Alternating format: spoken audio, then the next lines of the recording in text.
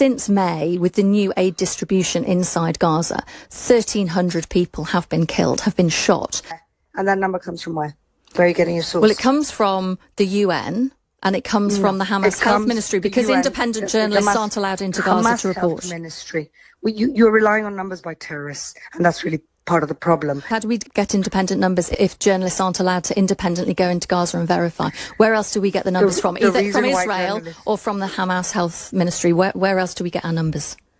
Well, ultimately, you have to speak to the people who are actually distributing the aid. They know that the people shooting those Palestinians are Hamas and not the Israeli army. They know exactly what's going on, because 10 of their workers were killed by Hamas on the way to that distribution. So there's a huge propaganda campaign going on.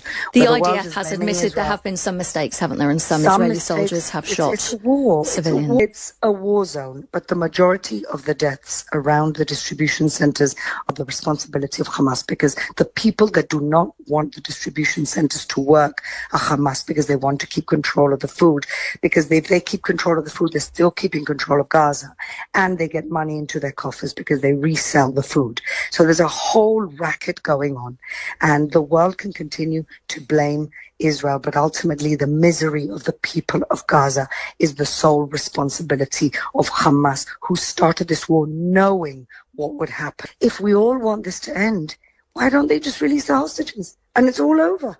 That's it.